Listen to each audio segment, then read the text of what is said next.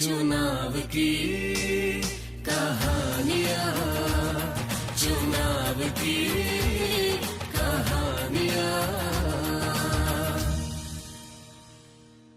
ये सच्ची कहानी है जयपुर राजस्थान में रहने वाली उस हमीदा की, जिसने अशिक्षित होते हुए भी नैतिकता का ऐसा पाठ पढ़ाया जिसने एक नेता की विचारधारा ही बदल दी। –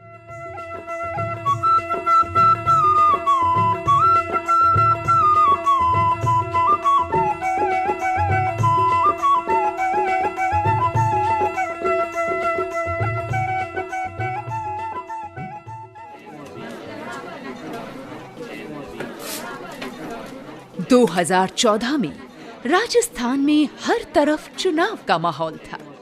अपने प्रतिद्वंदियों की तरह स्थानीय राजनेता सत्यव्रत में भी जीतने की लालसा थी।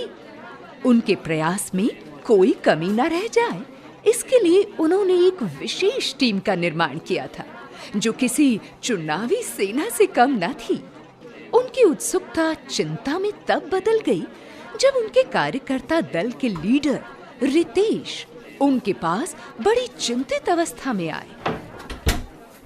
रितेश की घबराहट देखकर सत्यव्रत को अंदाजा हो गया कि कुछ है जो ठीक नहीं है। सक पकाते हुए दबी जबान में रितेश बोला, सर, रामनगर क्षेत्र में स्थिति काफी गंभीर है। विरोधियों का पलड़ा काफी भारी लग रहा है और जल्दी अगर कुछ ना किया गया तो हमारी पार्टी काफी पीछे रह जाएगी। सत्यव्रत ने गहरी सांस ली और त्योरियां चढ़ाते हुए रितेश की तरफ देखा। सिर्फ बुरी खबर सुनाने आए हो या कोई उपाय भी लाए हो? रितेश बोला, एक उपाय है सर, हमें जनता पर उपहारों की बारिश करनी होगी। खिलौने, कंबल, साड़ियां, धन राशि से हर घर को भर देना होगा, तभी जाकर कुछ बात बन पाएगी। सत्यव्रत ने हाथ हिलाते हुए रितेश को आगे बढ़ने का इशारा दिया। कुछ ही दिनों बाद लाउड स्पीकर से सजा काले शीशे वाली महंगी गाड़ियों का एक काफिला धूल उड़ाते हुए रामनगर पहुंचा। सत्यव्रत उपहारों से लदी गाड़ियों में अपने चुनावी दल के साथ प्रचार के लिए निकले थे। दीवारों पर बड़े बड़े चुनावी पोस्टर्स पर उनकी फोटो और नारों में उनका नाम था। घर घर जाकर उपहारों के जरिए लोगों को अपनी पार्टी की तरफ करने में लगे थे। महंगे उपहारों के पीछे छिपे चेहरों पर मुस्कान देखकर उन्हें यकीन होता जा रहा था कि उनकी तरकीब काम कर रही है। पर सत्यव्रत जब हमीदा बेगम के घर पहुंचे, उनके यकीन को एक जोर का झटका लगा। हमीदा बेगम एक साधारण पर स्वाभिमानी और ईमानदार महिला हैं। उनके पति एक फैक्ट्री में काम करते हैं।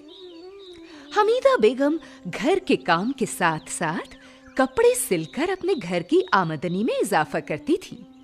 उनका एक ही सपना था कि उनके दोनों बच्चों को अच्छी तालीम मिले। हमीदा बेगम ने सत्यव्रत के किसी भी उपहार को स्वीकार नहीं किया और बड़े ही स्पष्ट शब्दों में कहा कि इन सब का मुझ पर कोई प्रभाव नहीं होगा। जो उम्मीदवार मेरे क्षेत्र में सुधार ला पाएगा, उसी को मेरा वोट जाएगा। सांसद बनने की लालसा में सत्यव्रत साम, दाम, दंड भेद सभी तरह की कुनीतियां अपनाने के लिए तैयार बैठे थे। पर हमीदा बेगम के शब्दों का उन पर गहरा प्रभाव हुआ।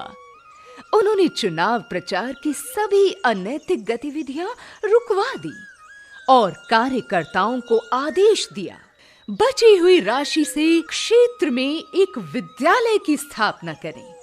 हमीदा बेगम ने अपना वोट किसे दिया, ये तो हमें आज भी नहीं मालूम, पर एक महत्वपूर्ण सीख उन्होंने हम सबको दी कि वोट खरीदे नहीं जा सकते।